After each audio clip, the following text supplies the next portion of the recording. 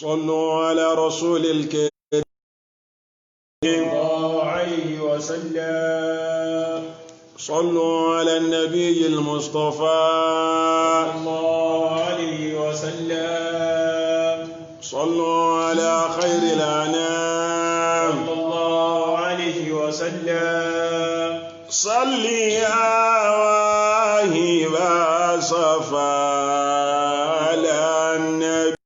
مادن الوفا ما محى الله أو عفا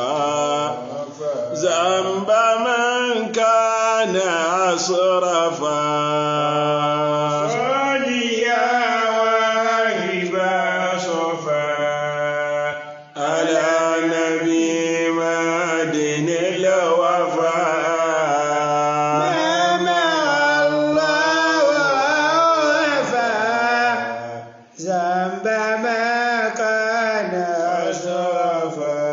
يا نبي يا مكملا يا رسول مجللا حاوي الفضل والعلا والمقام المشرفا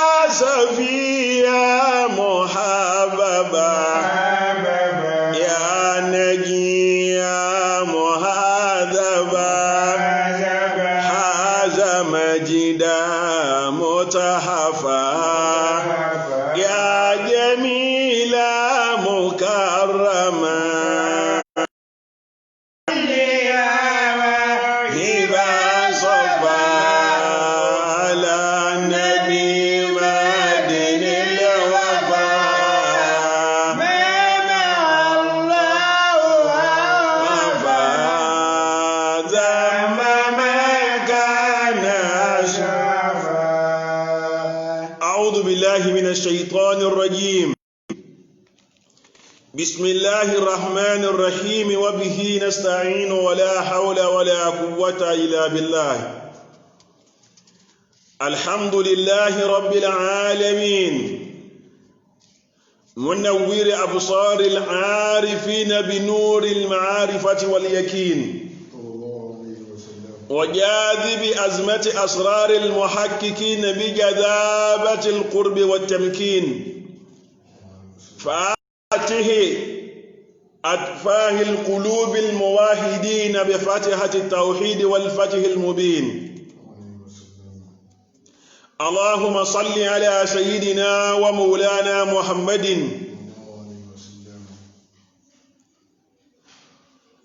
نبي الأمي الذي أرسله ربه رحمة للعالمين محمد بن عبد الله اللهم صل وسلم وبارك على سيدنا ومولانا محمد صلى الله عليه وسلم شجرة الأصل النوراني ولمعة القبضة الرحمانية وأفضل الخليقة الإنسانية وأشرف الصور الجسمانية ومعدن الأسرار ربانية وخزائن العلوم الاستفائية ومعادن الأسرار ربانية وخزائن العلوم الاستفائية صاحب القبضة الأصلية والبهجة السنية من الدرجة ورتبة العلية من الدرجة نبيون تحت لوائه فهم منه وإليه وصلي وسلم وبارك عليه وعلى آله وصحبه عدد ما خلقت ورزقت وأمات وأحييت إلى يوم تبعث من أفنيت وسلم تسليما كثيرا والحمد لله رب العالمين. أدعوكم فولون الحمد لله. أفي أي فولون الحمد لله. أجيكي أباوكم ودبي آية الحمد لله. وعليكم السلام ورحمة الله وبركاته. Ọba tí ó tún kádàrá wípé kí wíwá sójú òpó yìí nírọ̀lẹ́ tèní kó tó rọrùn. Adágbére fún ara wa níjẹ̀ẹ́jọ́ lẹ́ni ní tí ní táàmà yìí síwájú Ọlọ́hun Ọba wípé pọ̀lú yọ̀ǹda àtàánú Ọlọ́run á tún láǹfààní àti máa pàdé lẹ́nì. Àbáwà Ashraf ọ̀pọ̀ èèyàn náà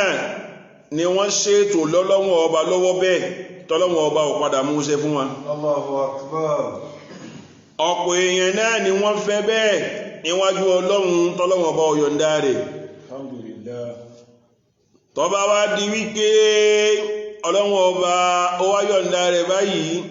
àrùn fáyọ̀ ọpẹ́ náà ládàá. Alhamdulillahi daiman abada. Àbáwa Izudeen wa alaikumus salam. Àbáwa Abubakari wa alaikumus salam. Ìyáwa Zakiyatu wa bisalam wa alaikumus salam wa rahmatullahi wa barakatuhu.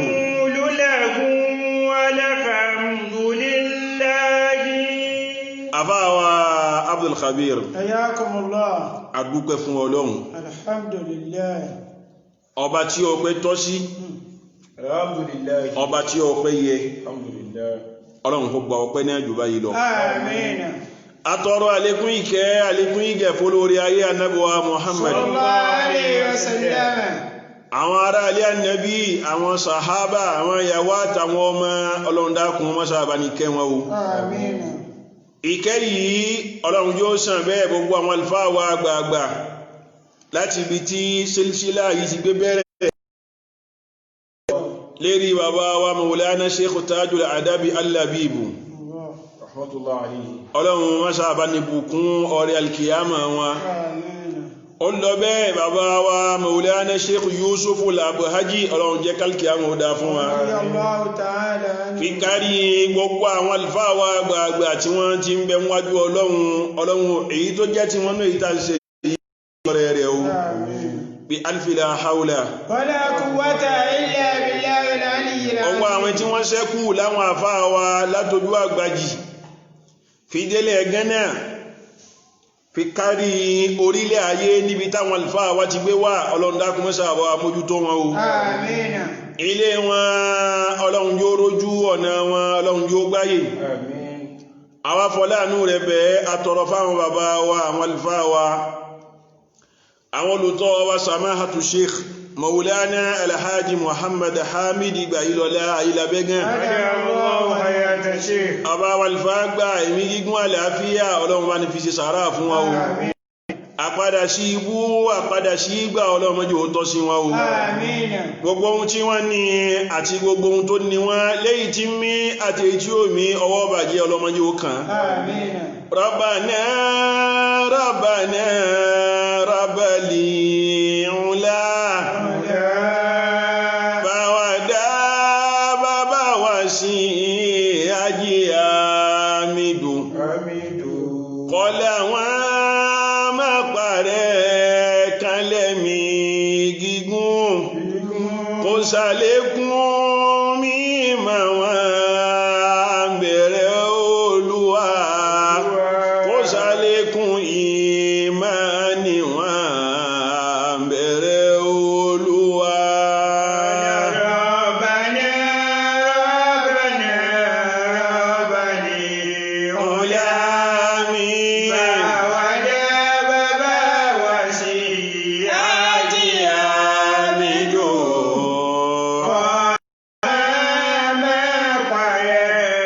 Kálẹ̀mí gígùn kò ṣàlékún mímọ̀ wọn bẹ̀rẹ̀ Olúwa kó ṣàlékún ìmánì wa bẹ̀rẹ̀ Olúwa. àwọn abẹ́ ọlọ́run ọba gbogbo àwọn àlùfáà tí wọ́n kọ́ wa lẹ́kọ̀ọ́ tí wọ́n kọ́ wa ní mímọ̀ ọlọ́run bá wa san wọ́n lẹ́san rí ìpín ayé máa yọkú lójú àwọn ọmọ tí wọ́n náà ọlá mímọ̀ ọlọ́run dákun wọ́n jò àwa tọrọ fún gbogbo àwọn jàmá wa ní pílátífọ́ọ̀mù Sàbílù Sàádà yìí ọlọ́run dákun mọ́sàbá wa gbàdúrà yín ọlọ́run bá bí a bùkátà kó wá bá wa bí a mùrádì kó wá afọláàánú ọlọ́run bẹ̀rẹ̀ àfi gbígbọ́ngbọ́n rẹ̀ àfi bẹ̀ẹ́ inú gbogbo àwọn jàmá yìí má jẹ́ ó ṣẹ́kù ẹnìkan tí ò ní sóríire oríire torí ibú onígbẹ̀yìn rẹ̀ àtẹ̀yìn àtàwa náà ọlọ́run wa o abẹ́lọ́wọ́ ọba gbogbo àwọn tí wọ́n ń farísìkí wọn tí wọ́n fi ń tiṣẹ́ ilẹ́yìn ọlọ́run má bà dáadáa wọn jẹ́ o bàbá wa Alhaji Abdul Qudus Olúṣí bàbá wa Alhaji Abdul Aziz nílùú Libreville ni alfa wa Mahfuz Badruddin nílùú Brazzaville bá gbàdúrà tí wọn náà àbá wa Muhammad Umar Ajao nílẹ̀ France bá gbàdúrà wọn o ìyá wa Alhaji Aya Fuad ọlọ́run bá gbàdúrà tí wọn náà má fi wọ́n lẹ̀ o àbá wa Muhammad Izzuddin ọlọ́run gbàdúrà wọn kárí gbogbo àwọn jàmá yìí tó já sí wípé wọ́n ti ṣe ọlọ́run lẹ́yìn lára wa ọlọ́run bá gbàdúrà kó wá má jẹ́ máa padà sí ibú o fi kárí gbogbo ẹ̀yin náà mélòó fẹ́ ká nínú ẹ̀yin Adígbèlé àbáwa Abdul Kabir Hayyakumullah. kọ́dà àwọn àlùfáà wa Sheikh Muhammad Nazif Bakari àwọn náà ń kọ́ o wọ́n ń bá wa báṣẹ́ yìí bọ̀ ọlọ́run dákun má jẹ́ ó bàjẹ́ fún wọn o ọlọ́run má jẹ́ ó ṣòro fún wọn o gbogbo èyí tó ti dá ọlọ́run yóò máa dá sí èyí tá a tún béèrè ọlọ́run ó ṣe bí alfila haula Wala quwwata illa billahi al-aliyyil azim. àbáwa Mala Ashraf Hayyakumullah. wulida lehuda falaka ina tó díyàú wọ́fàmù zamani tabassumu wọ́n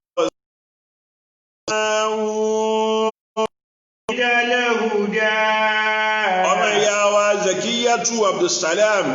nínú Brasilia ọlọ́mọ àgbàdúrà ti yín náà Falaka iná ti díyà. falaka ina tó díyàú Wulida lahuda. Falaka iná ti díyà. وفم الزمان تبسم وسنا وفم الزمان تبسم وسنا. أبا أشرف حياكم الله. أوانا bí ànábì náà ní ní sallallahu alayhi wa sallam. mo sọ nígẹ̀ẹ́jọ́ wípé walau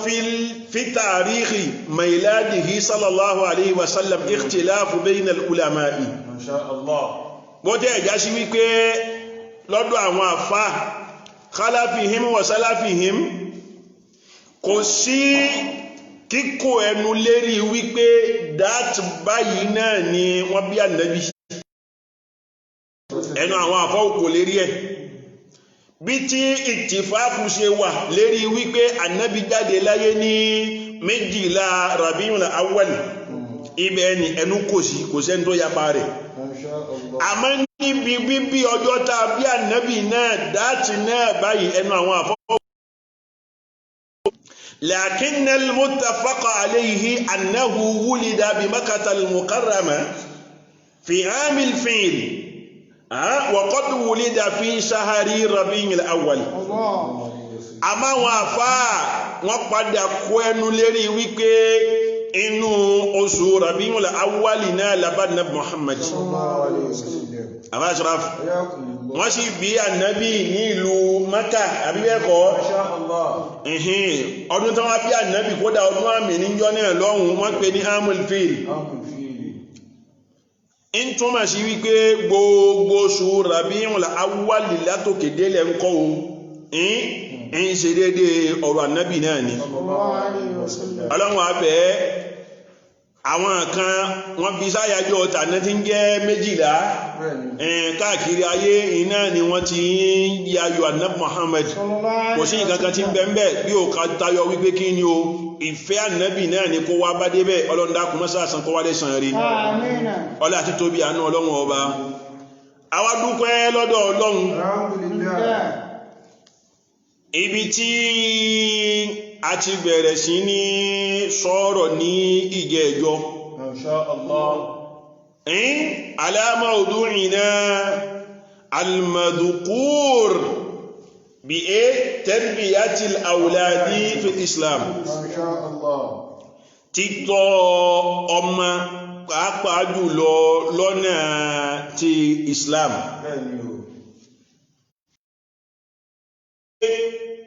tá a bá wò ó lọ́dọ̀ àwọn kàbílà ìran kọ̀ọ̀kan wọ́n ní ìṣesí wọn bẹ́ẹ̀ sì ni wọ́n ní ìròrí wọn bí tí wọ́n ti máa ń rò nǹkan wọn àti bí wọ́n ti ń ṣe Abdul Kabir níbi ìṣesí ibẹ̀ làṣà ti máa ń wá àbí níbi ìròrí ní kí n pé sábà wípé ìròrí ní ó padà mú ìṣesí wá àbá Ashraf táàbá wá padà wá ní sábà wá ń ṣe àwọn ìṣesí ní ìyí ó padà máa wá di àṣà ìhun tí mo fẹ́ lò mẹ́ idha ta'ammalna al-Yorùbá táàbá mú ìran Yorùbá lápèjúwe ìran Yorùbá àwọn náà gbàdájú wípé bá a bá bímọ a máa ń tọ́ ni Abba Ashraf bẹ́ẹ̀ náà sì ni ìran míì náà kámú ìran Faransé lápèjúwe àwọn náà ń kọ́ o wọ́n ní bí wọ́n ti ń ṣe lérí ọ̀rọ̀ ọlọ́mọdé ń bi títọ́ tá a bá wá mú gbogbo ìran tó wà láyé tó já sí wípé wọ́n a máa ń tọ́ àwọn ọmọ wọn lérí ìṣesí tí wọ́n bá ní àbí tọ́lọ́wọ́n ọba bá pín máa wọn gbogbo ọ̀nà yòówù tí wọ́n lè máa gbà tí wọ́n lè fi máa tọ́ ọmọ yóò máa tẹ̀lé ti Islam lẹ́yìn ni sábà wípé gbogbo wọn kọ́ o wọ́n máa dúró muqtaduna bil Islam Abba Ashraf bàbá dé tábà káṣámú ọlọ́run kó járí bàbá wà fágbà pẹ́ àbáwá sọ wípé ẹ̀dà níyàn wípé iktida ambil imami wípé gbogbo òṣèṣí tá a fẹ́ máa ṣe yìí o a fẹ́ fi máa jọ ti ìmáàmù tá a wà lẹ́yìn rẹ̀ ni bẹ́ẹ̀ náà lọ̀rọ̀ tẹ́gbíyà yìí rí lọ́dọ̀ gbogbo ìran láyé gbogbo ìran ẹni tó bá fẹ́ kọ́ ọmọ ní ẹ̀kọ́ tó fẹ́ tọ́ ọmọ ní títọ́ tó yarantí àyàbí kó máa fi jọ ti Islam Abba Ashraf ibi àti wá lọ iná ni wípé tọ́píìkì tá a mú yìí àwọn ọ̀nà kan wà tó já sí pé a bọ́ sí ojú nǹkan náà gan fún ara rẹ̀. inú àwọn nǹkan tá a ní láti ṣàlàyé iná ni ahamiyatul mawdu'i. Àbá Ashraf a sọ̀rọ̀ wọn bá nípa pàtàkì ọmọ. Sábà wípé eré ọmọ tá a fẹ́ sọ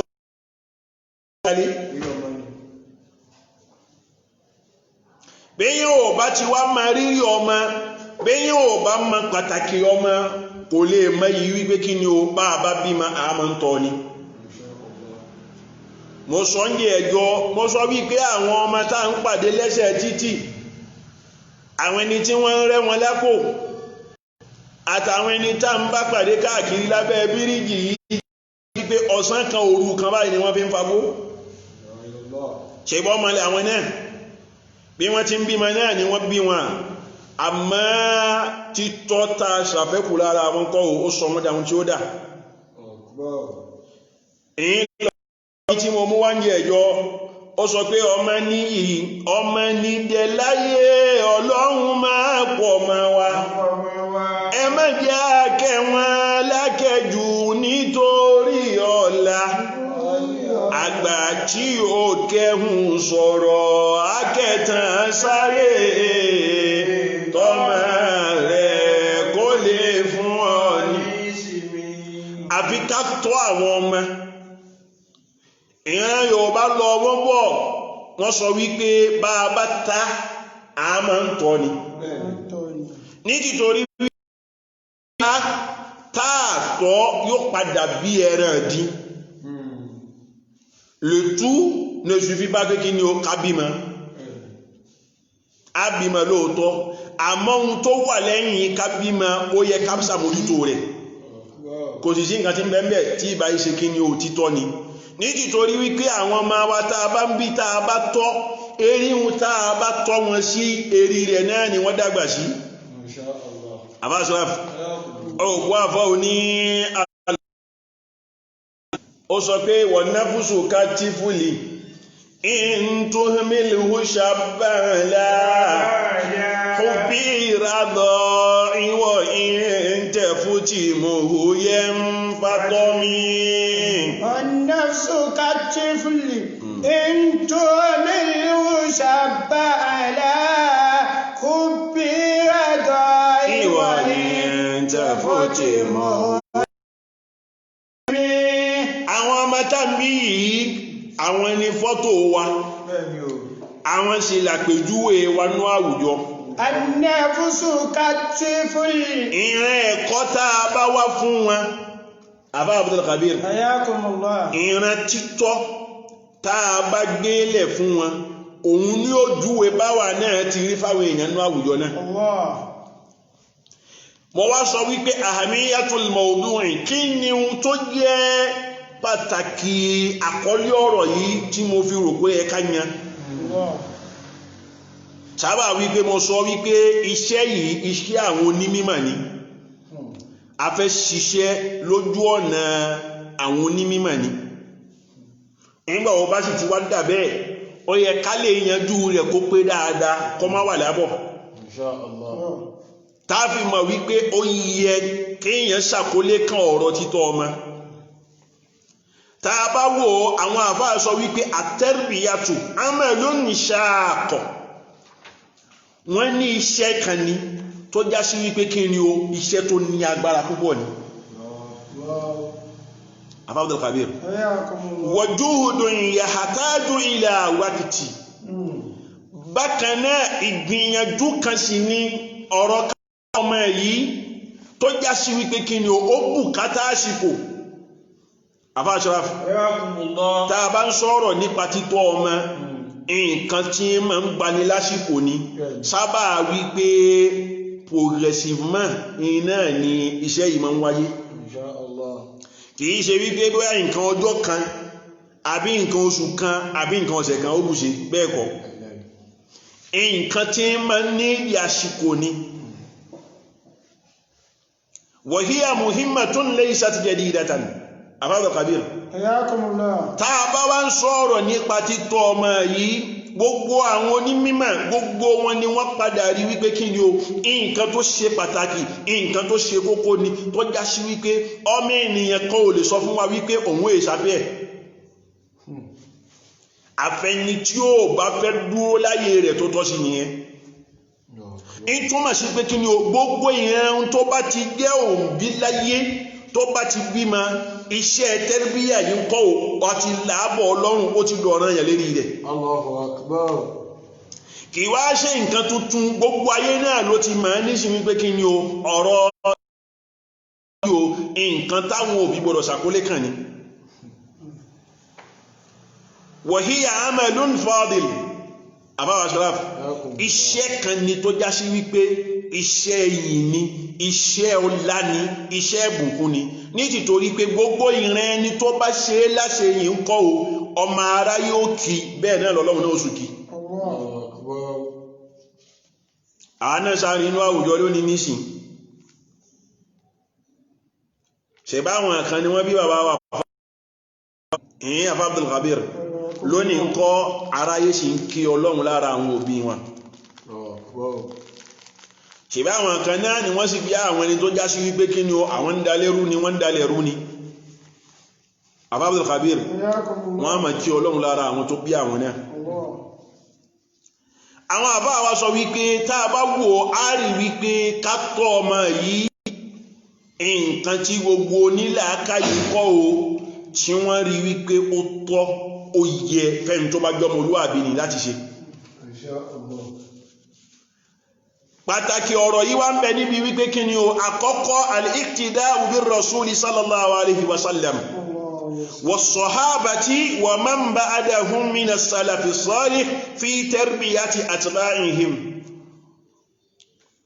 inú tó jẹ́ pàtàkì níbi ọ̀rọ̀ yìí tó yẹ ká lè fi mẹ́nubà tó fi tọ́ tó fi yẹ ká mẹ́nubà iná ni wípé tá a bá ń sọ̀rọ̀ nípa ọ̀rọ̀ tẹ́rbíyà yìí ààfin kọ́ ṣe Ànábì Muhammad sallallahu alayhi wa sallam. afáṣọ́lá kò sí tòsí tá a bá ń sọ̀rọ̀ nípa tẹ́rbíyà yìí ẹni tó bá fẹ́ ṣe ó yẹ kó lè mọ̀ wípé ṣíṣe tó ń fẹ́ ṣe yìí òun fẹ́ fi kọ́ ṣe Ànábì ni wọ́n sàhábà bẹ́ẹ̀ náà sì ni òun fẹ́ fi kọ́ ṣe Ànábì ni nítorí wípé Ànábì Muhammad kana murabbiyan lil qulub Ànábì ń kọ́ o ń jẹ́ olùtọ́ ń jẹ́ alágbàtọ́ ń sì ń jẹ́ olùwo ni fún gbogbo àlùmọ̀ ni.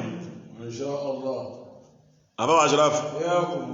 èyí ló fà gbogbo ìran ẹni tí ó bá fẹ́ ṣe tẹ́rbíyà yìí tó fẹ́ kọ́ ọmọ tó fẹ́ tọ́ ọmọ ó yẹ kó mọ̀ wípé kí ni o òun fẹ́ fi jọ Ànábì Muhammad ni bẹ́ẹ̀ náà sì ni òun fẹ́ fi jọ àwọn sàhábí Ànábì àti àwọn ẹni tí wọ́n pawọ́lé wọn láwọn ẹni ire tí wọ́n jẹ́ àwọn ẹni ìṣáájú fún wa. wa bi ma'rifati kayfiyati tarbiyatihim li atba'ihim àfáwà Ashraf bákan náà látara ọ̀rọ̀ tá a fẹ́ sọ yìí àwa náà ó padà máa wá rí ọ̀nà tá a máa ń gbà tá a máa fi ń tọ́ ọmọ tọ́mọ náà ìyá rẹ̀ fún ni lọ́jọ́ ọ̀la. mo sọ ń yọ sí wọn ní ọ̀pọ̀lọpọ̀ àwa tí a ń jẹ́ òbí lénìí tí wọ́n bá ń dárin wípé ká gé wọn ọmọ a máa ń bá wọn dá àmọ́ iṣẹ́ ọmọ àfẹ́ bá wọn ṣe bóúnjẹ ọmọ ti dùn jẹ bẹ́ẹ̀ náà ni iṣẹ́ ọmọ ń kọ́ òun náà ṣòro ṣe ó sì lágbára púpọ̀ èèyàn ó wá béèrè ọ̀nà àmà àti rọrùn ọ̀tọ̀dọ̀ ọlọ́run ọba wa kọ́lọ́run lè fi rọ̀yẹ̀ lọ́rùn láti ṣe ni ní tìtorí wípé bí èèyàn bá lè rí ṣe oríire ńláńlá ni fún wájú ọlọ́run. bákan náà inú tó tún jẹ́ nǹkan pàtàkì tó fà á tá a rò títí tá a fi rí wípé ọ̀rọ̀ yìí o ọ̀rọ̀ tó yẹ ká mẹ́nu bà ní iná ni wípé alwad'u lahali lil umma. Abba Ashraf kunna fi asrin fihi intijahu al-malumat. Abba Ashraf tó bá wásìkò tá a wà yìí nísìn a rí wípé kí ni o mímọ̀ ti kún ayé. ọpẹ́ kíni mímọ̀ ti kún ayé gbogbo nǹkan nísìn Allahu Akbar ìtì ń bẹ ní kàwọ́ ọmọ Ádámà a wà ní àjàṣẹ́ a sì mọ̀ ṣe nǹkan nílùú òyìnbó sábà wípé gbogbo àwọn màwákẹ́hùn tàwa sólè lè sì máa ń tàwà náà lò yíba nísìn inú àwọn ẹ̀rọ ọgbàlódé tó já sí wípé látara mímọ̀ èyí náà ló ti jáde bí tí ọ̀làjú bó ti wá wọnú ayé gẹ́gẹ́ bá ti ń sọ yìí àfáàsọ́ráf ọ̀làjú tó wọnú ayé yìí ń jẹ́ àléríjà ńláńláńlá fún Islam àfáàsọ́ráf ò gbọ́ ní tìtorí pé kí ni o ọ̀pọ̀lọpọ̀ ọ̀nù wa ń kọ́ o àti ìlàjú sódì àwọn ohun tó wá jẹ́ valeur Islam ń kọ́ o àti bẹ̀rẹ̀ sí ní kùnà nípa rẹ̀ au nom de la civilisation. Àwa mọ ohun tó tọ́ àti ohun tó yẹ sí mùsùlùmí débi wípé ẹlòmíì tó jẹ́ mùsùlùmí náà òun náà ò mọ bó ṣe lè ṣe ra rẹ̀ níwájú àwọn situation kan lòtán puisque òun náà ń kọ́ kò lẹ́kọ̀ọ́ Islam kan tẹ́lẹ̀ àwọn ẹni tí wọ́n tọ́ wọn àfi Islam wọn àfi tọ́ tó bá wá ríra rẹ̀ nínú àwọn situation náà kan mọ́ ṣwazí kò yé sí kò mọ́ ń túnmọ̀ sí pé kí ni o evolution àbí kí n sọ wípé révolution industrielle tó wà lọ́wọ́lọ́wọ́ yìí ń kọ́ ça constitue une menace pour l'Islam tá a bá ti wá ní títọ́ mùsùlùmí a fi tọ́ àwọn ọmọ wa láti pinlẹ̀ àwọn ọmọ wa tá a ń pè lọ́mọ mùsùlùmí wọ́n padà dẹni tí ó mọ̀ gbógun di Islam. La ilaha illallah. àbáṣọ́lá fún. kọ́rọ̀ ọmọ bá wa di bẹ́ẹ̀ káwa àtàwọn ọmọ wa ká má bá a sínú àwọn ẹni tí ó tún máa dákún ṣòro ìsìláàmù nínú àyìmá ẹ̀yìn náà ni pàtàkì àkọlé ọ̀rọ̀ yìí tà yanjú yìí ní títorí wípé kí ni ọ̀pọ̀lọpọ̀ àwọn ọmọ wa mùsùlùmí lé ní pàápàá jùlọ àwọn ẹni tá ń fi ránṣẹ́ sí ìlú èyìnbó ọ̀pọ̀lọpọ̀ wọn lẹ́kọ̀ọ́ ìsìláàmù síwájú wọn tó kò ní ìwà ń fà tó já sí pé kí ni ọ̀pọ̀lọpọ̀ principe Islam kọ́ wọ́n kù náà ń pa rẹ̀ táyà bá wá ń sọ̀rọ̀ nípa àrùn fọ́mọ yóò ọmọ mùsùlùmí mi yóò máa fún ilé sí pé náà ça c'est pas une obligation c'est pas sine qua non c'est facultatif subhanallah afáàsọ́ráf nígbà tí yóò máa ń kọ́ bí tarbiyati yẹtímù ìyádùl hasọ́nẹ́tì dáàtì aládàl walad àbáwá sọ́rọ̀ inú tó tún já sí pé kí ni ó tọ́ ó yẹ ká sọ̀rọ̀ nípa ọ̀rọ̀ yìí iná ni wípé tá a bá mú ọ̀rọ̀ tẹ́rbíyà òun ni ó fà á ni ó fi já sí wípé àwọn ọmọ tá ń bí àwọn náà pàápàá fúnra wọ́n lè arígbé láti kọ̀tọ̀lé ara wọn wọ́n lè dúró wọ́n lè kóra wọn níjànú káwọn náà fi sọ pé èmi ni afásíráfù táwọn náà fi rí jíjẹ́ bí wọ́n ti fẹ́ jẹ́ bí tí wọ́n fi rí jẹ́ àfi kápítẹ́rbíyà kápítọ́ wọn láti pìlẹ̀ ní títorí wípé kí ni o ẹlòmí ń bẹ afásíráfù tó bá bára rẹ̀ níwájú nǹkan kan báyìí kò ní mọ bí ó ti yanjú ara rẹ̀ gbà àmọ́ tá a bá fi títọ́ tá a bá fi pẹ̀lú àlámọ̀rí rẹ̀ láti pínísìn rẹ̀ yóò mọ̀ bí yẹn ti máa ń prendre àwọn grand décision nínú àlámọ̀rí ara ẹni. fala yata'assaru bima yuqabiluhu min shahawatin wa shubahatin ní títorí pé kí ni o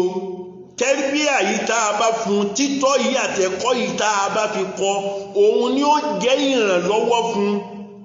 tí àwọn ohun tó jẹ́ nǹkan rújú tó lè mú ni kó sínú ọ̀ṣẹ̀ tó lè mú ni fa ọgbà ọlọ́wọ́ ọba ìyanu àyìmọ̀ tí ó lè fi kojú àwọn nǹkan rẹ̀. Allahu Akbar. àbáṣọ́ nígbà tó mọ ọkùnrin tí ń rí 20 ọdún la ilaha illallah tí wọ́n wá ń bi wípé Razaki ó ká ilá ó kálà aṣáàrí yóò tó wá lóhun náà ń ṣe nǹkan oṣù La ilaha illallah. àbáwá ọ̀sáàf ẹjọ́ ti ẹ̀ náà kọ́ ìsáàbà máa ń gbọ́ táwọn ọ̀ràn obìnrin máa ń sọ pé àwọn ń ṣe nǹkan oṣù àwọn ń ṣe nǹkan oṣù òun náà ní kóun náà dán wò ní ó sì mọ̀ pé lásìkò tán bá ń ṣe nǹkan oṣù lọ́wọ́ wọn kì í kírun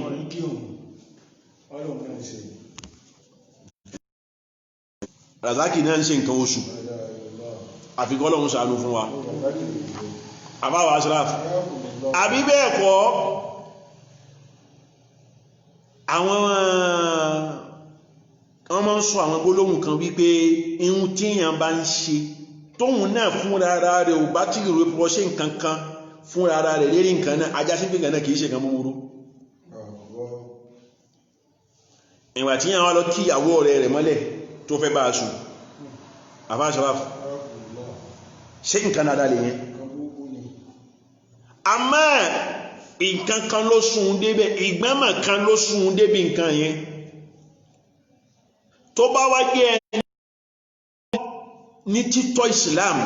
táa fún lẹ́kọ̀ọ́ tó jẹ́mọ́rán táa fún lẹ́kọ̀ọ́ tó yanrantí títọ́ ní kọ́ ó yẹ kó lè ṣiṣẹ́ lára rẹ̀ débi wípé yóò mọ̀ pé nǹkan yìí tó ń fẹ́ ṣe ń kọ́ kìí ṣe tó bójú mu àwọn àfáà ṣàlàyé fún wa wípé inú ohun tó jẹ́ pàtàkì tó yẹ ká lè sọ̀rọ̀ nípa tẹ́rbíyà yìí ọ̀kan tó lòun náà jẹ́ àbáṣà التربية مهمة لتحمل الشدائد والمصائب والفتن التي قد يواجهها الولد في مستقبل حياته àbáṣà ọmọ ènìyàn Ọlọ́run ọba dá wa sáyé Al-Qur'an sọ wípé watilkal ayamu nudawiluha bayna an-nas ọjọ́ ayé yọra wọn ọjọ́ ayé yóò máa yí bàbá wà fún àgbà ní ayé yóò máa yí pọ̀lú àwọn ìṣẹ̀lẹ̀ ńláńlá ìtumọ̀ sí pé kí ni àwọn ìṣẹ̀lẹ̀ kan máa wá ní ọjọ́ ayé ẹni tí ìṣẹ̀lẹ̀ ní ojú ni lọ àwọn kan ó sì máa wá tí ó ṣe dédé ẹni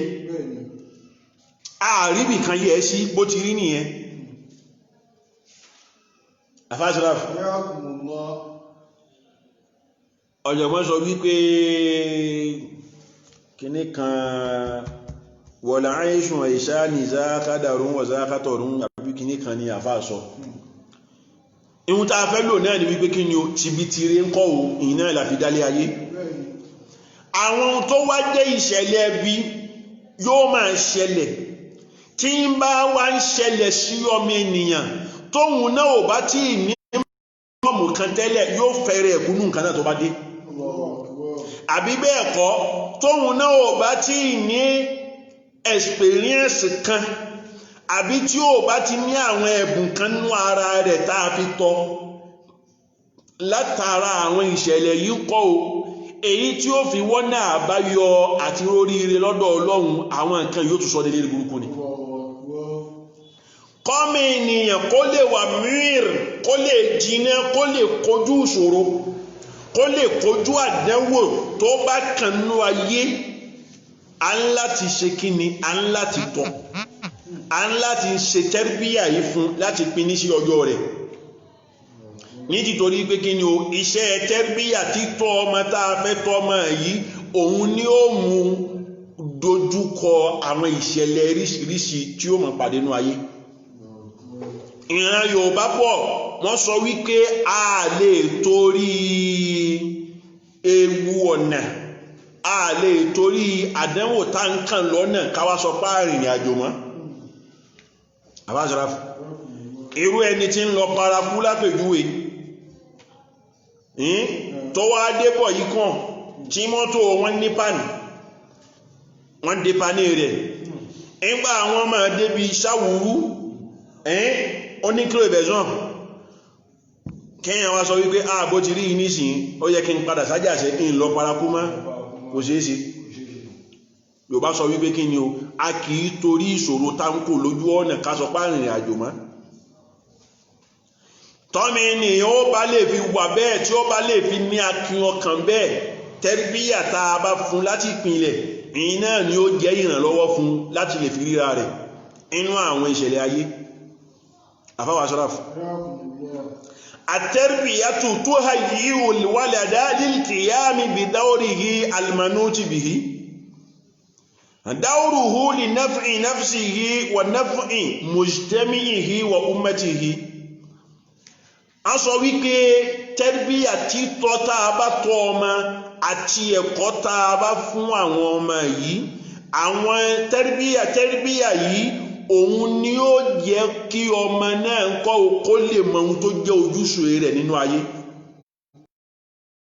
nítorí wípé kí ni o, kálukú wa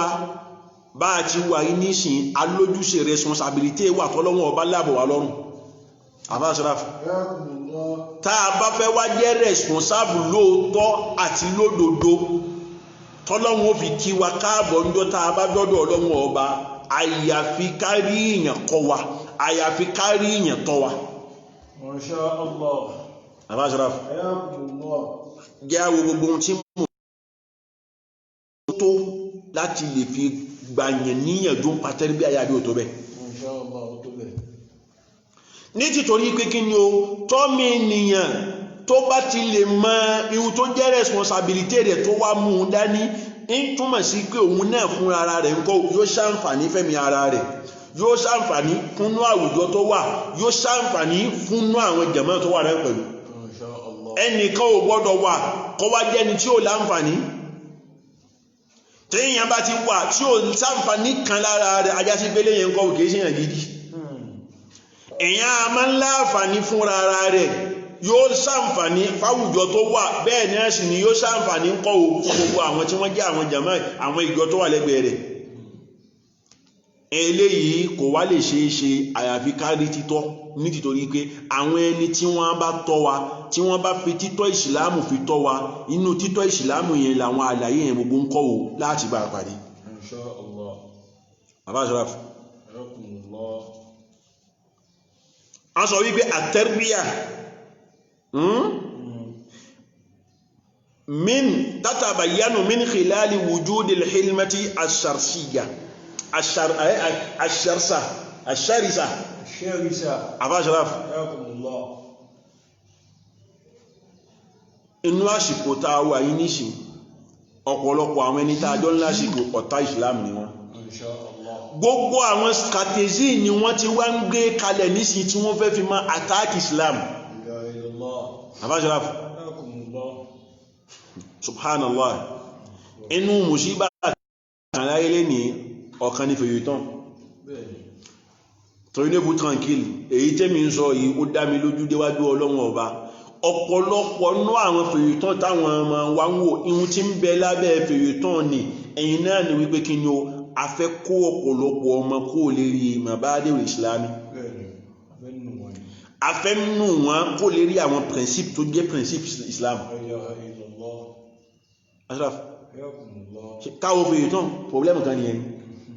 kìí ṣe iṣẹ́ jà, kìí ṣe bọ́m̀bù, kìí ṣe kíní kan, wọ́n sì ń gbógun ti Islam pẹ̀lú jẹ́jẹ́. La ilaha illallah. àmọ́ tá a bá wa tó nítorí pé kí ni fèyí tán táwọn ọmọ wa ń wò nísìn, gbogbo nǹkan tí wọ́n wò nù fèyí tán náà ni wọ́n fẹ́ practice. Bẹ́ẹ̀ni. Ó sì tako Islam. Bàbá Sharaf, ṣe bí ngbà kan láwọn àyè 2003 2004 2005 ọ̀rọ̀ bọ̀ndàlá làwọn èèyàn gbà wèrè rẹ̀. ṣe bí inú fèyí tán kan ni wọ́n ti gbé wò. nígbà àwọn fẹ́ tako wípé kí ni o, hijabu táwọn mùsùlùmí ló ń kọ́ o kò láǹfààní kan kí tẹ̀ ní pàápàá náà, tẹ́ ẹ bá ti fi bọ̀ndàlá náà fi borí, ẹ ti wérí náà nìyẹn. La ilaha illallah. Bàbá Sharaf, Alhamdulillah. nígbà àwọn èèyàn sì rí inú fèyí tán náà lóòótọ́, wàláhì ni àwọn èèyàn gbà wèrè rẹ̀ lò wá. débi wípé kí ni o tọba sọ wípé àà kàmàríyà àbọ̀ ti múra yóò dá lọ́mọ mùsùlùmí, kí ní nǹkan náà ṣe mú sáà ti fi kí ní ṣe rí, èyí tó wá kúnnú gbogbo ohun àti gbogbo ọrùn ẹ̀ táyẹ̀ wá ní tàbá yìí kọ́.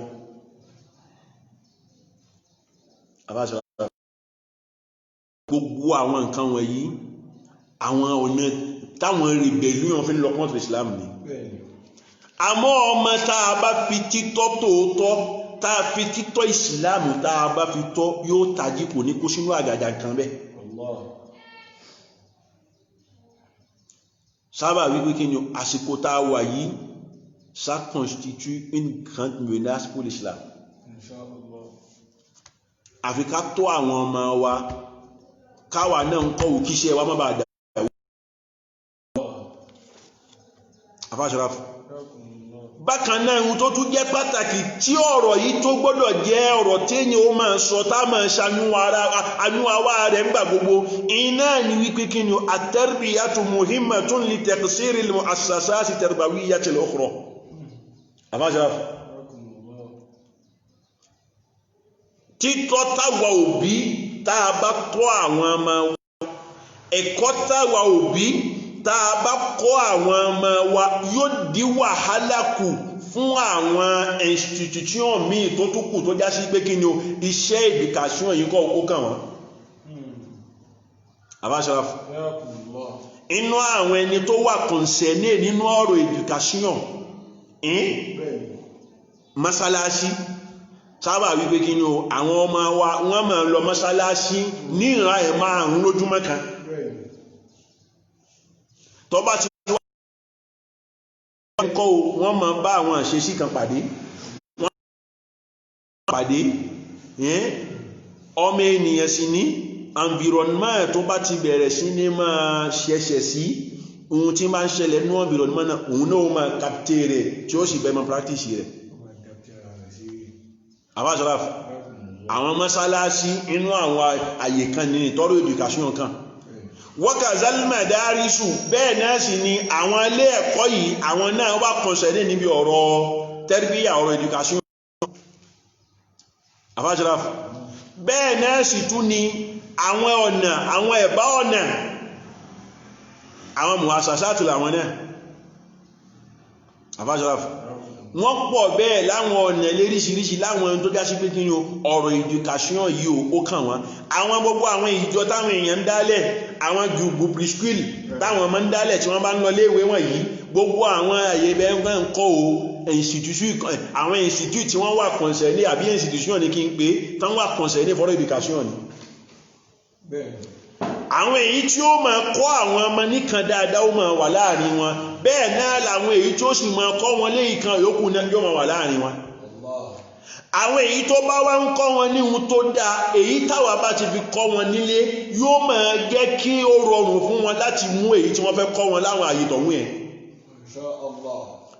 Àwọn èyí táwa bá ti fi kọ́ wọn láti ilé tí wọ́n bá dénú àwọn àwùjọ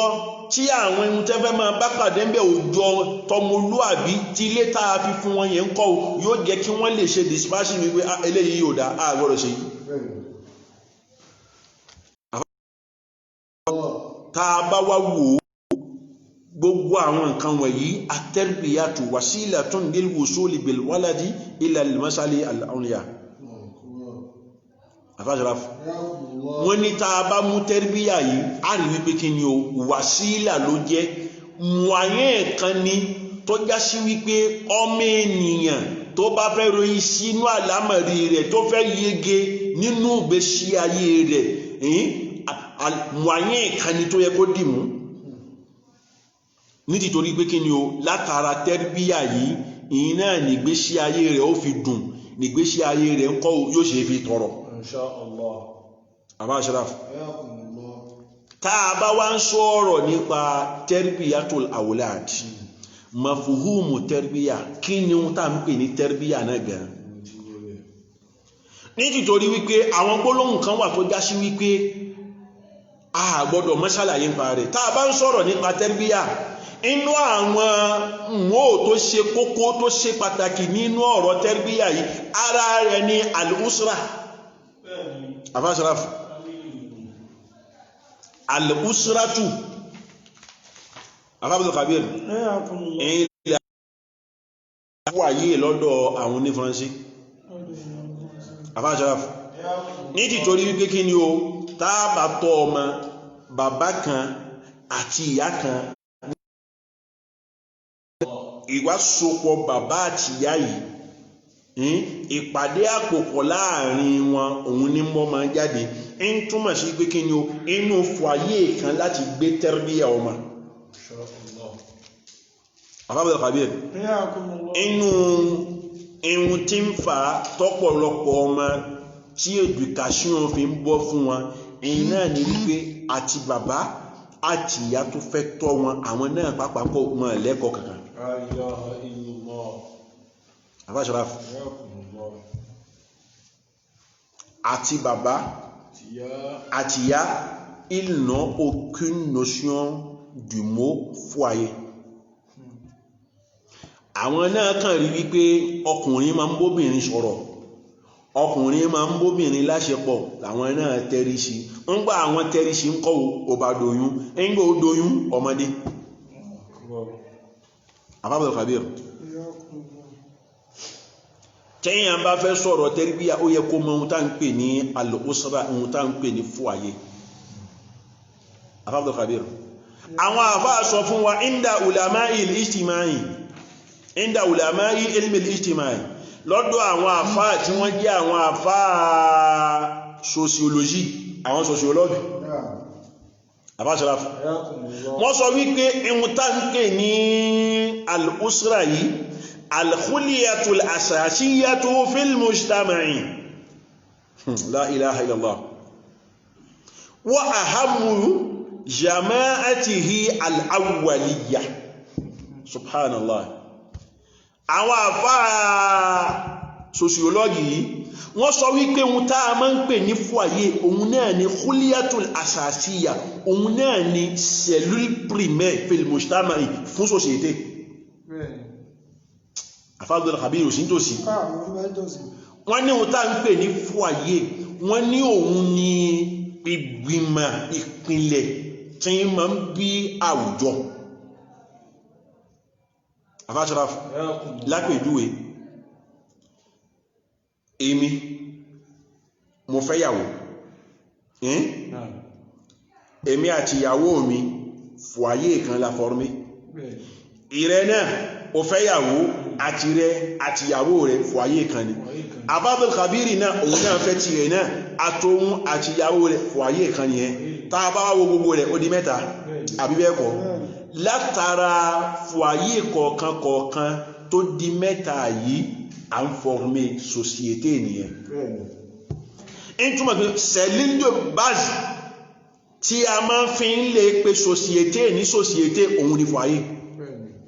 Kìí ṣe wípé tá bá ti sọ société bóyá ibi tẹ́gbẹ́ ń ta nǹkan tán ta kẹ̀kẹ́ ni àbí tí wọ́n ń háyà lé fún ìyàwó ń kọ́.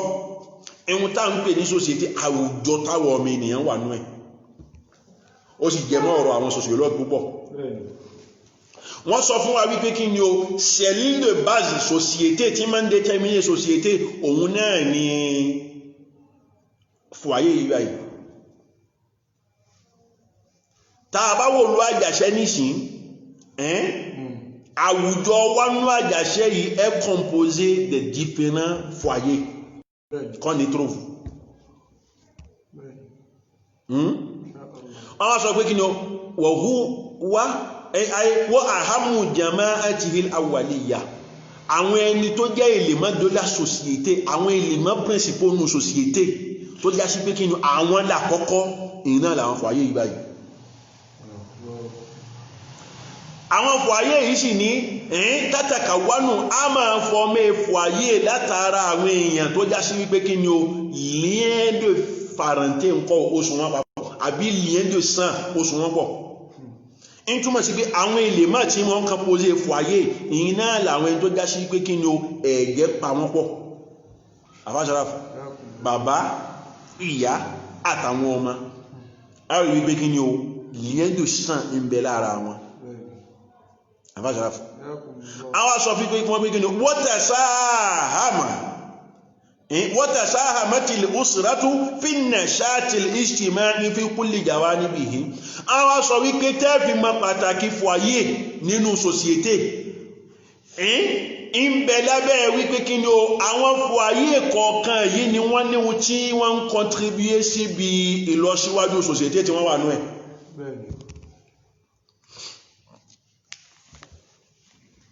Àfáà Abdul Kabir ti sùn tẹ́fì mọ importance foyer nínú àwùjọ. Àwọn àfáà sọ wípé kí ni àwọn fún contribuer sínú développement société wọn ní gbogbo ọ̀nà. Àfáà Sharaf tàbá sọ wípé nínú ìlú yìí a ní nǹkan alùmọ́nì inú ilẹ̀ resource lápèjúwe ń bóyá epo wà nínú súsọ́lù ìlú tàwà náà yìí níṣì Ashraf ṣe báwọn kan ni wọ́n ṣiṣẹ́ tí wọ́n fi lọ fà jáde àwọn ẹni tí wọ́n fẹ́ ṣiṣẹ́ tí wọ́n fẹ́ fi lọ fà jáde ní ṣe bí àwọn bàbá kan ìyá kan ló bí wọn inú foyer kan ni wọ́n ti jáde kó so ti rí pé kí ni o foyer yẹn kọ́ wọ́n contribute sí développement lónà abágbélé kéwú kalẹ̀ láti mọ kọ́ àwọn láti kọ́ àwọn yẹn lẹ́kọ̀ọ́ súnà Nabi Muhammad ṣe báwọn kan ni wọ́n tà wá láṣẹ yẹn àwọn kan ni wọ́n gbéṣẹ́ yẹn dání ni wọ́n ṣe náà fẹ́ máa kọ́ wa àwọn ẹni tí wọ́n fẹ́ máa kọ́ wa yẹn ils sont issus d'un foyer orí báyìí àwọn náà ṣe kí ni wọ́n contribue sínú ọ̀rọ̀ ìlú náà nìyẹn wọ́n contribue sínú ọ̀rọ̀ société tí wọ́n wà nú ẹ̀ làwọn àfáà fi sọ fún wa wípé kí ni o dawrul usra fil mujtama'i muhimmatun role táwọn foyer ń joué nínú ìlú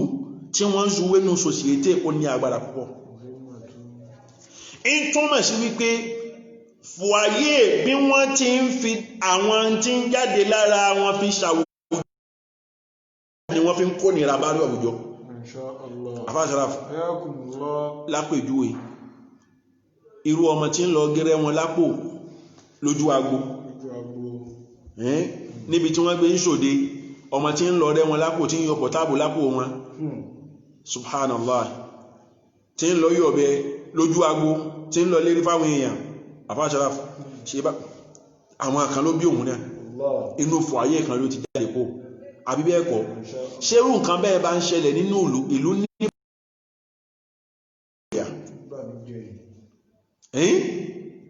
irú ọmọ bẹ́ẹ̀ náà ń kọ́ irú foyer bẹ́ẹ̀ náà ń kọ́ òun náà ń contribute sínú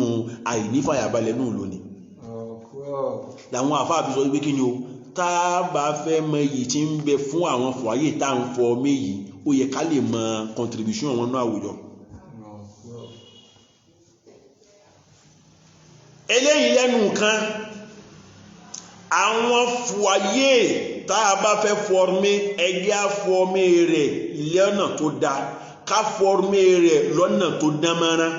ká má former foyer ṣeré àbòsí ká má former foyer ṣeré àyídá ní tìtorí pé kínú àwọn produit tó fẹ́ jáde nínú foyer yẹn kọ́ o àwọn ni wọ́n padà ju ebi táwa náà ti rí àwọn tá former foyer Ashraf in túnmọ̀ sí pé kí ni o ká gbìyànjú ká ṣàkólé kan tó dámọ́ná lérí ọ̀rọ̀ foyer dé lẹ́yìn bẹ́ẹ̀ àtẹ́rbíyà kí ni wọ́n ta wá ń pè ní tẹ́rbíyà náà gangan fún rẹ̀ Ashraf àwọn àfá wọ́n sọ gbẹ́mi sọ́run nípa ọ̀rọ̀ tẹ́rbíyà yìí sábà wípé kí ni kódà níbi tí ọ̀rọ̀ education tó ní agbára dé àwọn ìran ìmọ̀ tó wà gbogbo àwọn onímọ̀ ní gbogbo wọn pátápátá ni wọ́n sọ̀rọ̀ nípa education àwọn falasifa àwọn philosophe wọ́n sọ̀rọ̀ nípa education àwọn oní ilmu nafsi àwọn psychologue wọ́n sọ̀rọ̀ nípa education àwọn sociologue àwọn náà wọ́n sọ̀rọ̀ nípa education yìí náà mo fi sọ pé kí ni gbogbo ìran mímọ̀ tó wà lọ́lọ́kan ọjọ́ kan pàápàá jùlọ àwọn oní ulumul insaniya les sciences humaines wọ́n sọ̀rọ̀ nípa education lòtán bí pé kí ni o ọ̀pọ̀lọpọ̀ àwọn sciences humaines yìí báyìí àbí sciences humaines yìí ń kọ́ o elles ont beaucoup trait au comportement de l'homme au comportement humain Ashraf tàbá ṣe ń sọ̀rọ̀ tẹ́rbíyà yìí ça concerne beaucoup l'homme car c'est les enfants d'aujourd'hui qui deviendront des hommes demain Ashraf tá a bá wò ó inú àwọn àfáà tí wọ́n sọ̀rọ̀ nípa tẹ́rbíyà inú wọn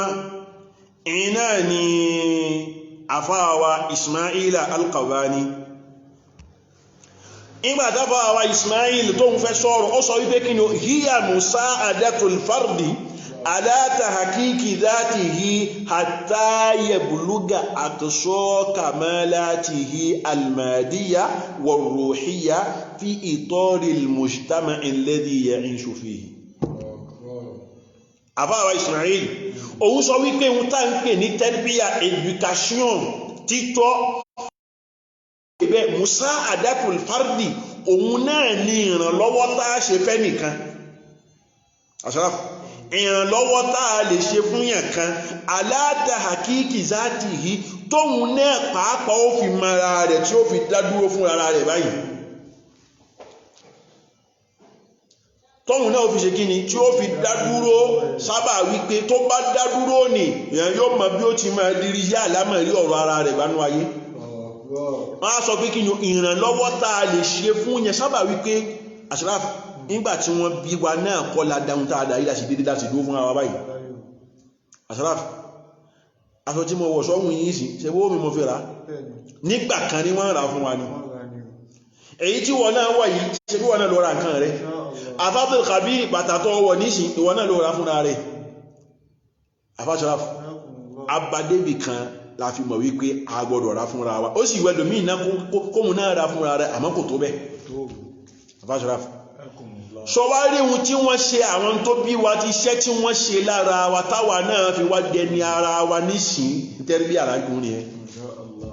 wọ́n sọ pé kí ni o ìrànwọ́ tá a máa ń ṣe fẹ́yàn kan tá a máa fi wá sùn débi tóun náà ó dádúró fún ara rẹ̀ tí ó fi prendre courage àmín àbí bẹ́ẹ̀ kọ́ náà ṣọlá àwọn àfáàwà Ismaila sọ wípé ohun tá ń pè ní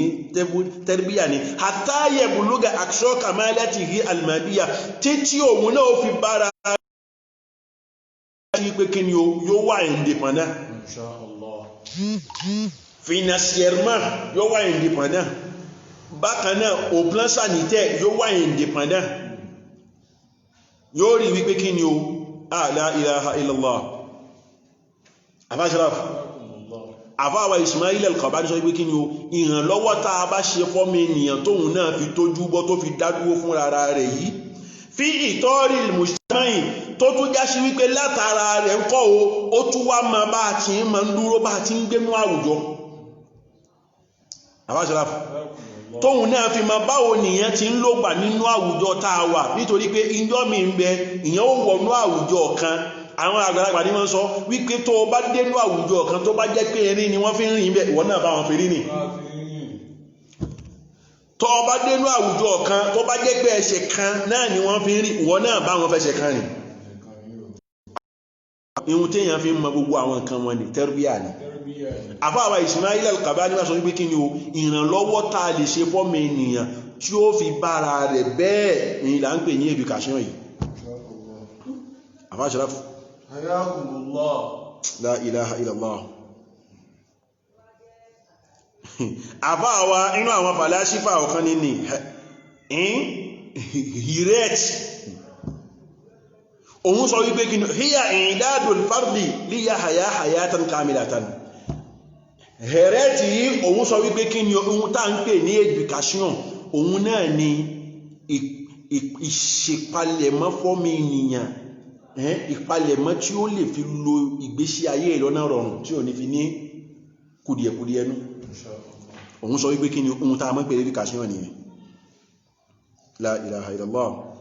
Ashraf tó bá wà lọ wo ọ̀dọ̀ àwọn ìhìn inú wọn tún ní the way la ilaha illallah the way sọ fún wa wípé kí ni real hayat ó ní ohun tá a máa ń pè l'éducation òun gangan ni ohun tá a ń pè ní ìṣẹ̀mí òun gangan ni ohun tá a ń pè láyé ọmọ ènìyàn amaliyatu takayyuf bayna al-fardi wa bay'atihi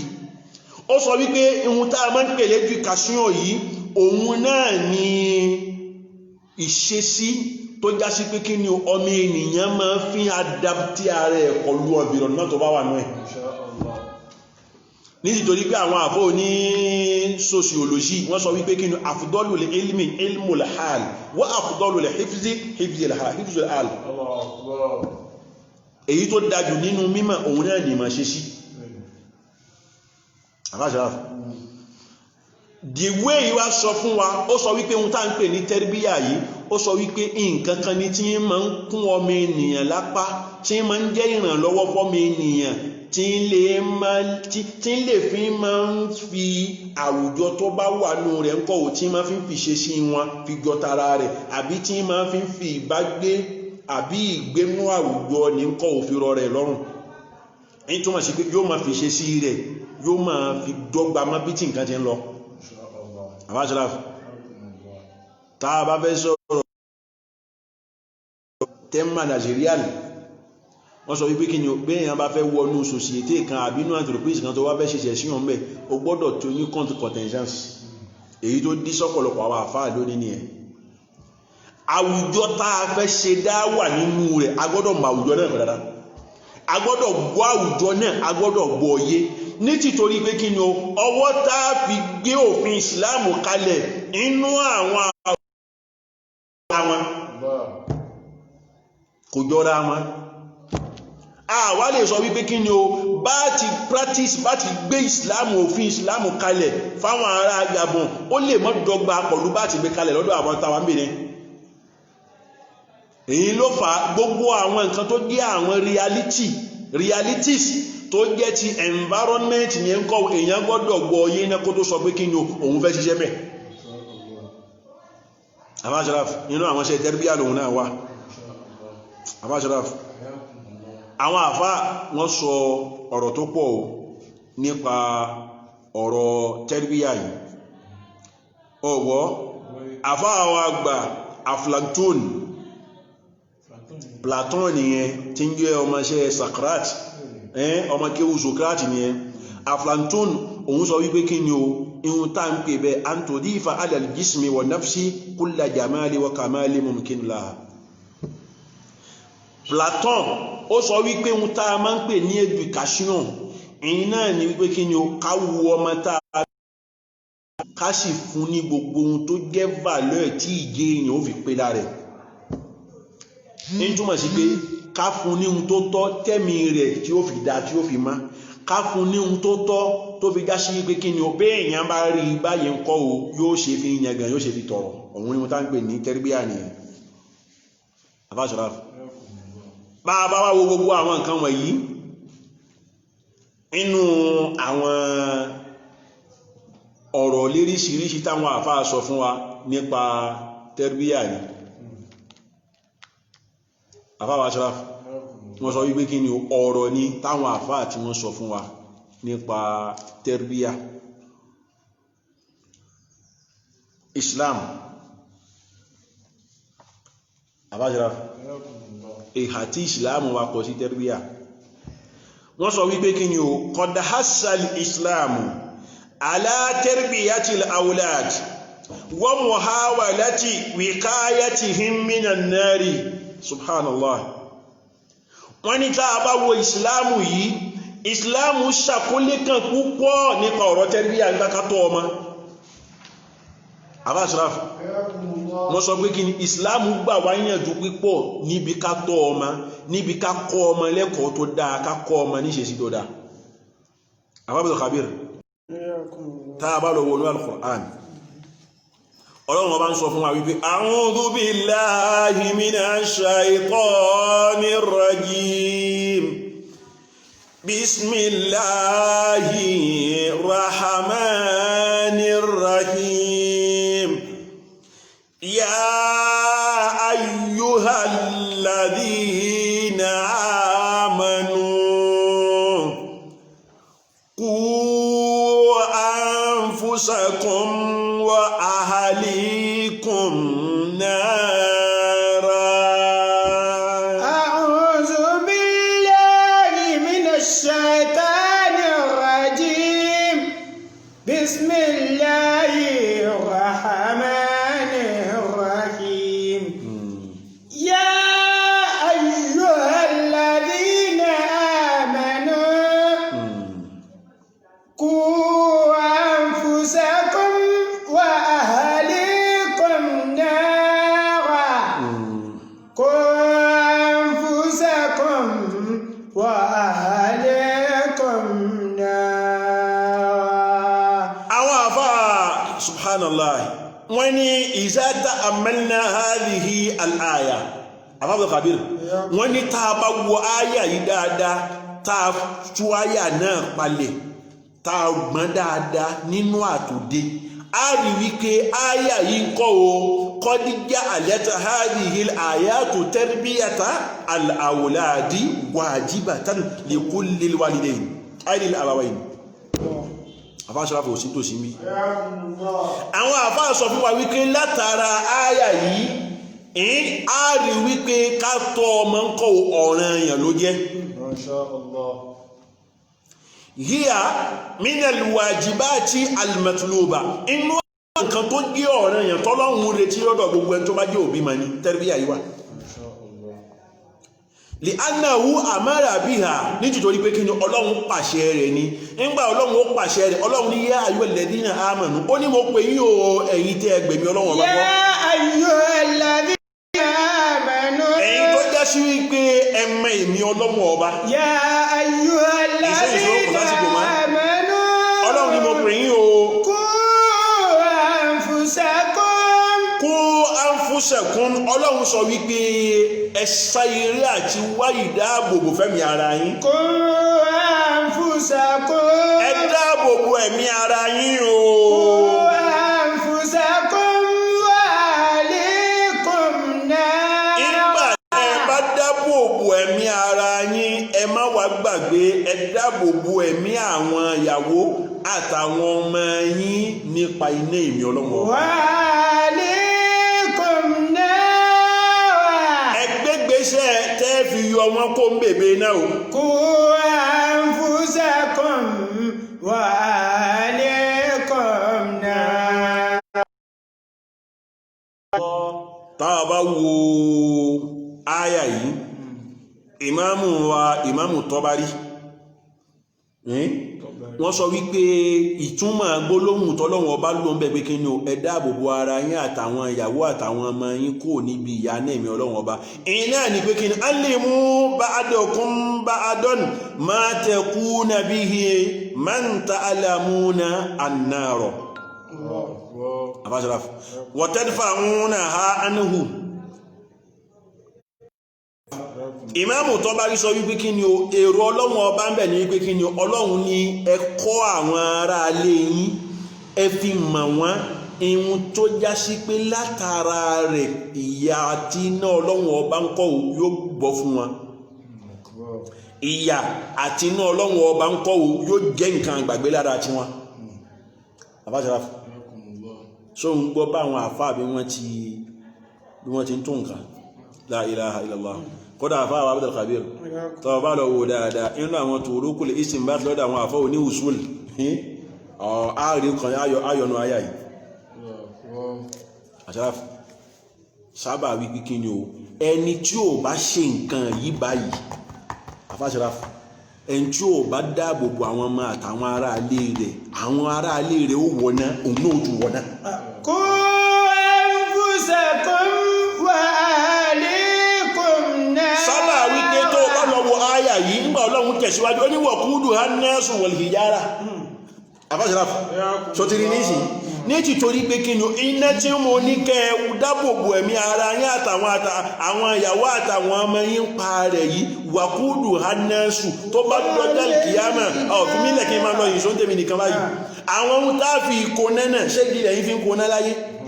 gáàsì lẹ́yìn fi ń kóná láyé tó bá dọ̀dọ̀ ẹ̀yin nẹ́tẹ̀mí Ọlọ́run sọ yìí ẹ̀yin ọmọ èèyàn náà níbi kó Ṣàráfù sí tòsí. وقودها الناس والحجارة Àfáà Ṣàráfù àwọn àfáà Ìmáàmù Tọ́bárí sọ wípé ihun tọ́lọ́run gbà lérò ń bẹ̀ ní pé kí ni o ẹ kọ́ àwọn ọmọ yín lẹ́kọ̀ọ́ tó dáa ẹ tọ́ àwọn ọmọ yín ní títọ́ tó dáa ní tìtorí pé títọ́ tẹ́ ẹ bá tọ́ wọn ni òun ni ò ní jẹ́ kí wọ́n dáa ní dúró tẹ́ ẹ bá fẹ́ wà ní jẹ́nà lálùkìyámà. Ṣàráfù Ìmáàmù Tọ́bárí sọ wípé kí ni o òun allimu ahlikum minal amali bita'ati ma yakuna bihi anfusahum minan nar ẹ̀kọ́ àwọn ará alẹ́ ní tìtorí pé kí ni o kó má bàa wá di pa wọn ni wọ́n mú ìṣe rí burúkú wájú Ọlọ́run ọba. Ṣàráfù àfáàwà àgbà Imam al-Qurtubi òun náà dá sọ́rọ̀ yìí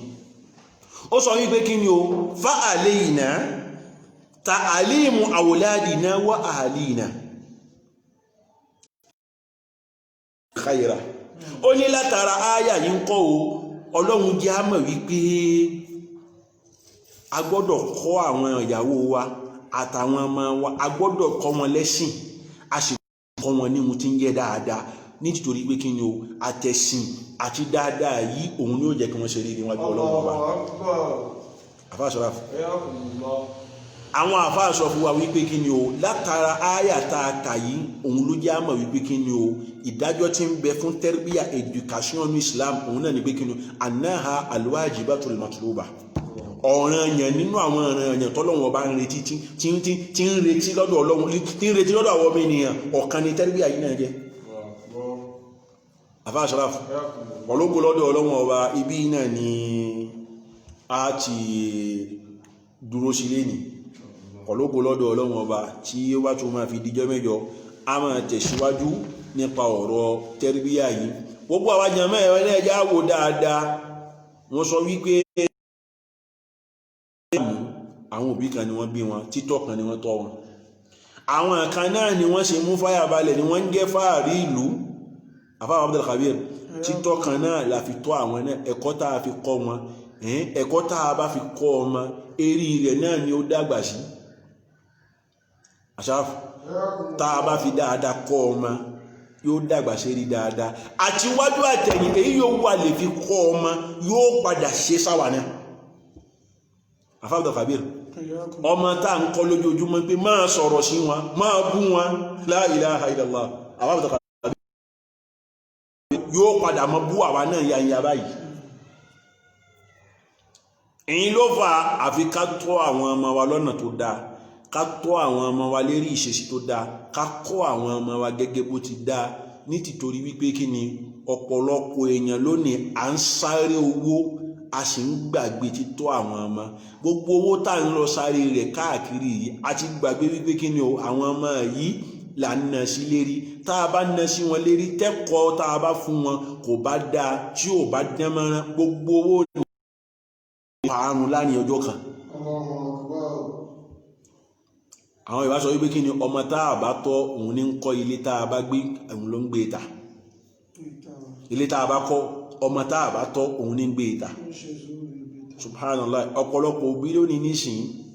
nítorí àìtọ́ ọmọ níbi àìkọ́ ọmọ lẹ́kọ̀ọ́ tó dáa ọmọ náà ń kọ́ ọlọ́run fi ń han léèmà ọlọ́run fi ń palẹ́kún àmọ́ yóò máa dá ẹkún rẹ̀ sun nínú ilé ni nítorí pé kí ni kò ṣeé sọ síta ẹnìkan gbọ́dọ̀ bá máa mi wí o ẹnìkan gbọ́dọ̀ ṣe gbákan fọ́mọ mi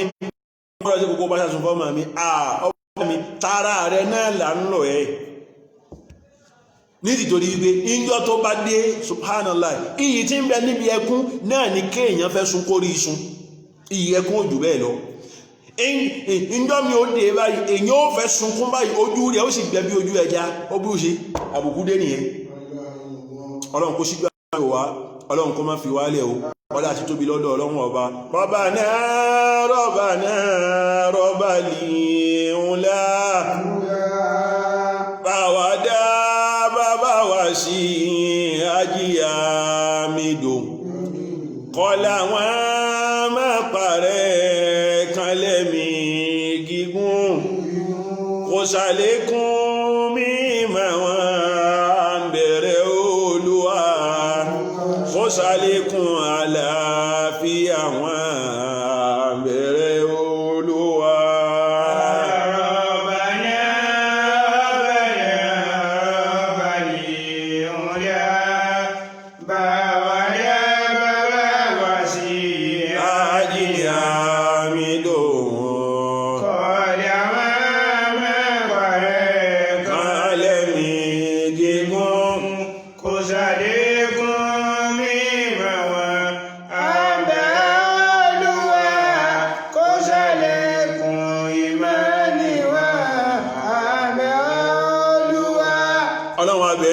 Àtọ̀rọ̀ fún gbogbo àwọn jàmáà yìí ọlọ́run dákun wọ́n jẹ́ ẹ̀kú ẹ̀ tó kú ọlọ́run má fi yín lẹ̀ o ọlọ́run má padà lẹ́yìn yín gbogbo bí yóò jẹ́ ti wà tẹ́ ti gbé wọ́n wá ọlọ́run abẹ́ ní ìṣọ́ ọlọ́run àbò ọlọ́run dákun wọ́n sábà fi bò yín o gbogbo àwọn tó ń bẹ lé ọlọ́run dákun wọ́n sájà ṣe kò ń gé àánú ọlọ́run gbogbo àwọn tí wọ́n ń bẹ lẹ́yìn odi ìhun kó lè sàn náà ní kálukú bá jáde ọlọ́run yóò sàn o ọlọ́run yóò rọrùn jẹ́ ẹni wá fi wá ṣe nǹkan dáadáa ọlá àtàkùrọ̀ má ṣe yín ní bàbá àjò lásán má ṣe yín ní ìyá àjò lásán àtàwa àtẹ̀yìn náà ọlọ́run já ní pàdé ayọ̀ àwa náà ta wà nílé ìmọ̀ abẹ́lé wa má fi dá wa lẹ́bi o gbogbo yìí tá a bá ṣe ń gbìyànjú ọlọ́run lọ́wọ́ sínú ẹ̀ fún wa o ọlá àtàkùrọ̀ àti ṣe wáàsí ẹ̀ fọ́mọ aráyé àti ṣe wáàsí ẹ̀ fọ́mọ aráyé lọ́jọ́ táwọn àgbọ́ wá sí báwọn àlìjánná má ṣe wà láàfà tí ó sì wọ́ náà lọ má ṣe wà láàfà tí ó sì wọ́ náà lọ má ṣe wà láàfà tí ó sì wọ́ náà lọ. subhanaka allahumma wa hamdik nashhadu an la ilaha illa anta نستغفرك ونتوب إليك سبحان ربك رب العزة عما يصفون وسلام المرسلين والحمد لله رب العالمين صلوا على النبي الكريم صلى الله عليه وسلم.